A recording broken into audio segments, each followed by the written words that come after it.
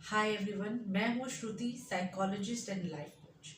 अगर आप भी रात को सोते वक्त हर छोटी बात को बार बार सोचते हो या ऑफिस की एक सिंपल कॉन्वर्सेशन को माइंड में रिपीट करते रहते हो, तो ये वीडियो आपके लिए है। आज हम बात करेंगे ओवर थिंकिंग के बारे में।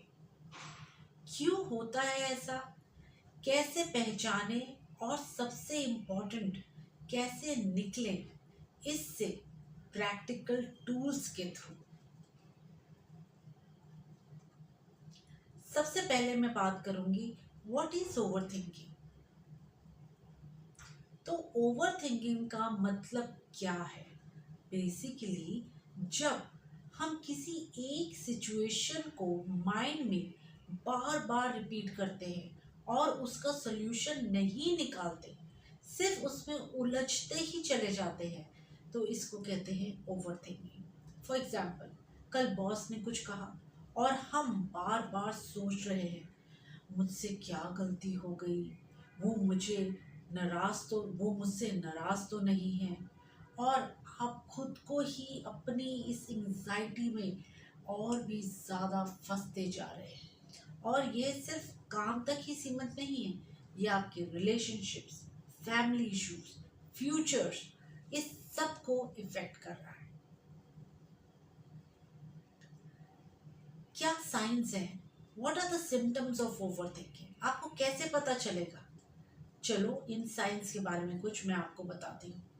अगर ये हो रहा है तो इसका मतलब आपका माइंड जो है ना स्टक है ओवर थिंकिंग में। क्या क्या होता अगर मैंने ऐसा किया होता? सब मुझे जज तो नहीं कर रहे? मेरी ही गलती तो नहीं है? इस तरीके के जो थॉट्स, मैं कंट्रोल में नहीं हूँ, मैंने ऐसा क्यों किया, क्या मैं कुछ और नहीं कर सकता था? इस तरीके के जो थॉट्स हैं, अगर ये थॉट्स आपके माइंड में एक लूप की तरह चलते जा रहे हैं, तो इसका मतलब कि इसे हम ओवर थिंकिंग ही कहते हैं।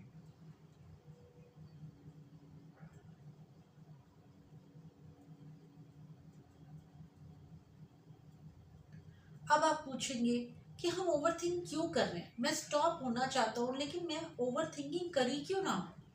यस, ये इसलिए क्योंकि ये बेस्ड है हमारे फियर, गिल्ट, इनसिक्योरिटी या परफेक्ट होने की एक इच्छा से।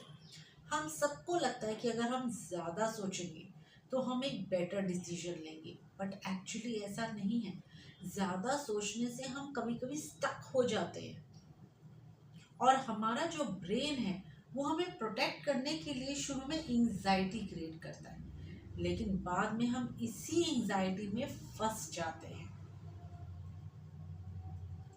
अब मैं आपको बताऊंगी how to stop over thinking, कुछ ऐसी टूल्स एंड टेक्निक्स जिसको आप यूज कर सकते हैं और अपनी ओवर थिंकिंग को स्टॉप कर सकते हैं। सबसे पहली टेक्निक, अपने बेड के साइड में एक छोटी सी डायरी रखें और रात को सोने से पहले आप 5 मिनट उसमें लिख लें कि मुझे क्या चीज़ जो है माइंड में वो तंग कर रही है। दूसरा, अपना एक वरी टाइम सेट कर लें कि रोज ये 10 मिनट्स ही मैं सिर्फ वरी करूँगा, उसके अलावा मैं वरी नहीं करूँगा।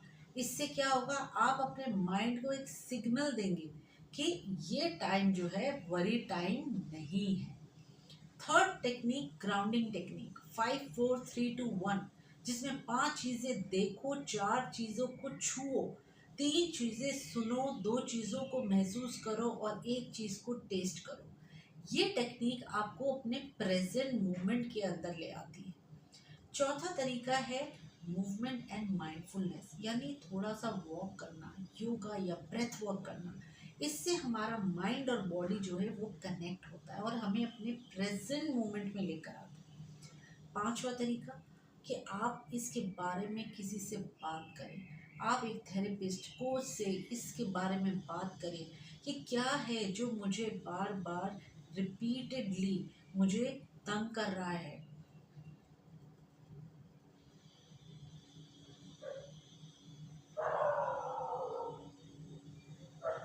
अगर आपको ये वीडियो हेल्पफुल लगा हो तो लाइक ज़रूर करें और कमेंट में ज़रूर लिखें कि आप किस टॉपिक पर नेक्स्ट वीडियो देखना चाहेंगे।